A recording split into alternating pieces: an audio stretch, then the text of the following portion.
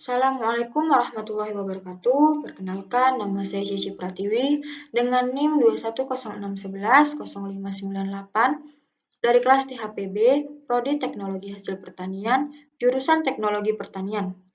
Baiklah, video kali ini saya buat untuk memenuhi tugas praktikum pengetahuan bahan hasil pertanian saya.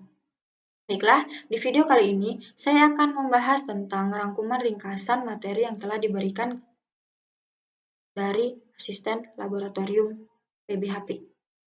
Baiklah, langsung saja. Di praktikum pertama, itu ada struktur dan sifat fisik serelia, umbi-umbian, dan kacang-kacangan.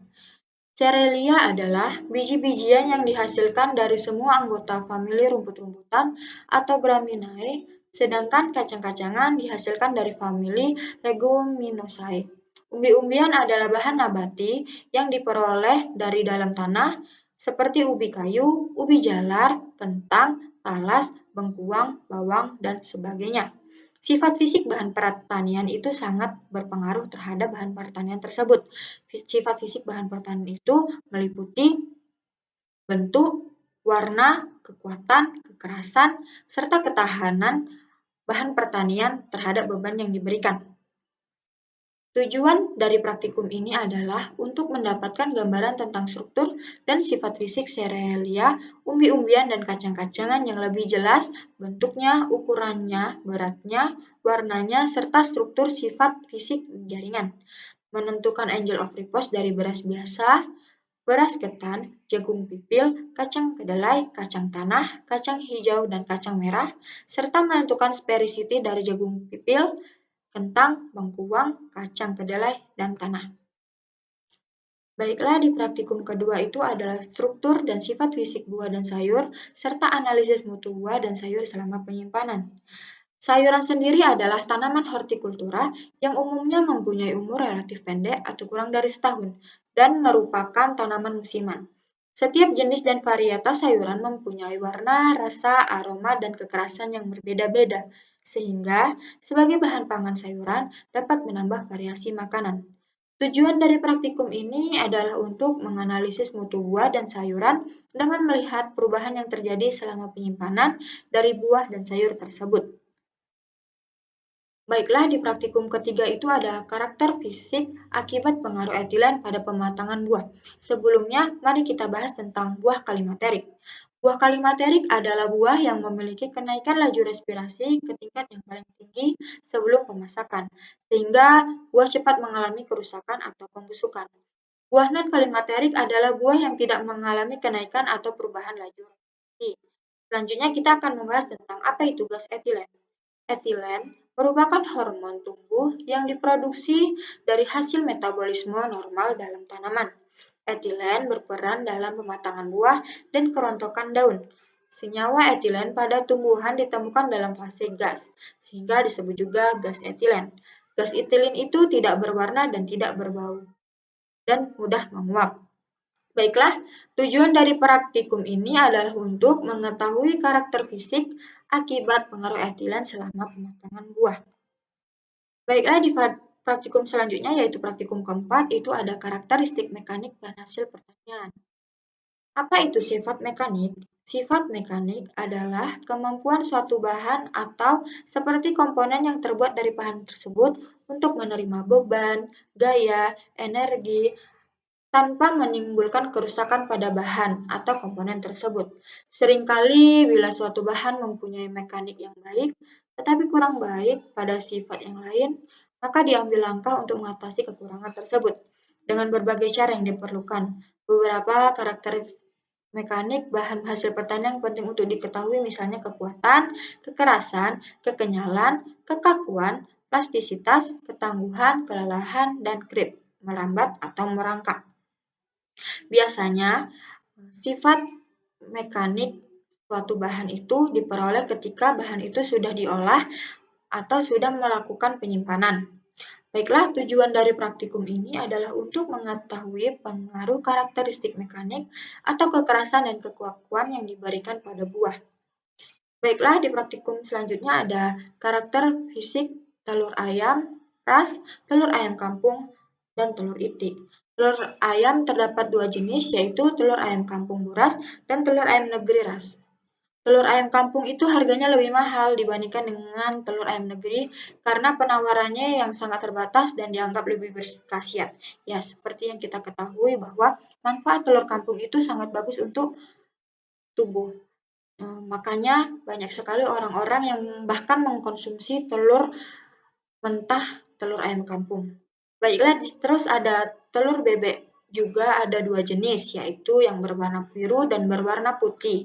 Masing-masing telur ini dihasilkan oleh jenis bebek yang berbeda. Baiklah, tujuan dari praktikum ini adalah untuk menganalisis sifat fisik telur ayam ras, ayam kampung, dan itik, serta menganalisis perbedaan warna kulit telur dan kuning telur dari ketiga jenis telur tersebut.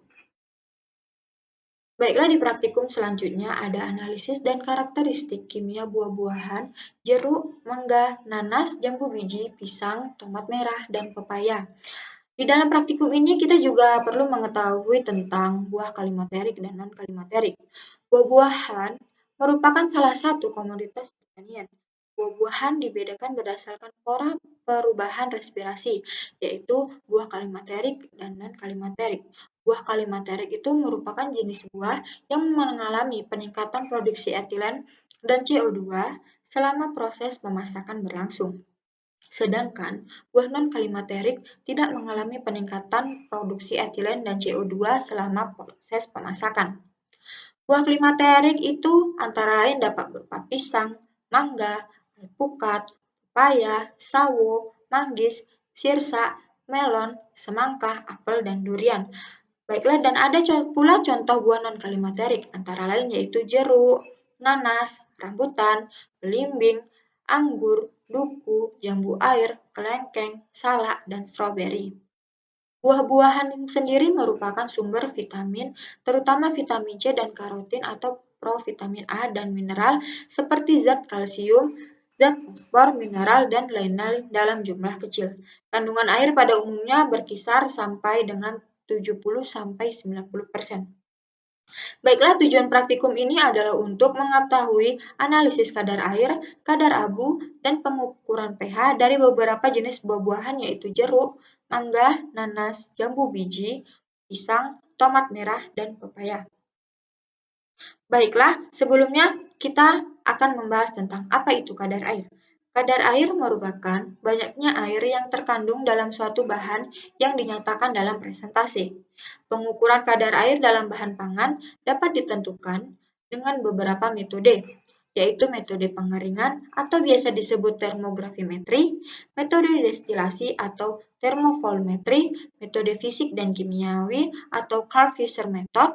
Metode penentu kadar air dalam bahan pangan secara umum yang paling sering kita lakukan adalah metode pengeringan atau termografimetri, yaitu dengan mengeringkan bahan dalam oven pada suhu 105–110 derajat Celcius selama 3 jam atau sampai diperoleh selisih berat konstan. Air merupakan komponen kimiawi yang terbesar di dalam bahan pangan. Kadar air sayur-sayuran dan buah-buahan umumnya berkisar antara 90–95%. Baiklah, di sini kita juga akan membahas tentang apa itu kadar abu. Kadar abu merupakan campuran dari komponen anorganik dan mineral yang terdapat pada suatu bahan pangan. Bahan pangan sendiri terdiri dari 96% bahan anorganik dan air, sedangkan sisanya merupakan unsur-unsur mineral. Unsur juga dikenal sebagai zat organik atau kadar abu. Kadar abu dapat menunjukkan total mineral dalam suatu bahan pangan. Menurut Sudarmaji et al. Pada kutipan tahun 1989, abu adalah zat anorganik sisa hasil pembakaran suatu bahan organik. Bahan-bahan organik dalam proses pembakaran akan terbakar, tetapi komponen anorganiknya tidak, karena itulah disebut sebagai kadar abu. Kadar abu juga dapat dikonsumsi apabila persentase residu kadar abunya itu di bawah 0,1%. Jika di atas 0,1%, maka kadar abu dikatakan tidak layak konsumsi. Di sini ada juga tentang pengukuran pH. pH adalah satu satuan ukur yang menguraikan derajat tingkat kadar keasaman atau kadar alkali dari suatu larutan. Istilah pH berasal dari P, lambang matematika dari negatif logaritma, dan H, lambang kimia untuk unsur hidrogen. Baiklah, sekian video yang dapat saya sampaikan. Jika ada kekurangan, mohon dimaafkan. Assalamualaikum warahmatullahi wabarakatuh.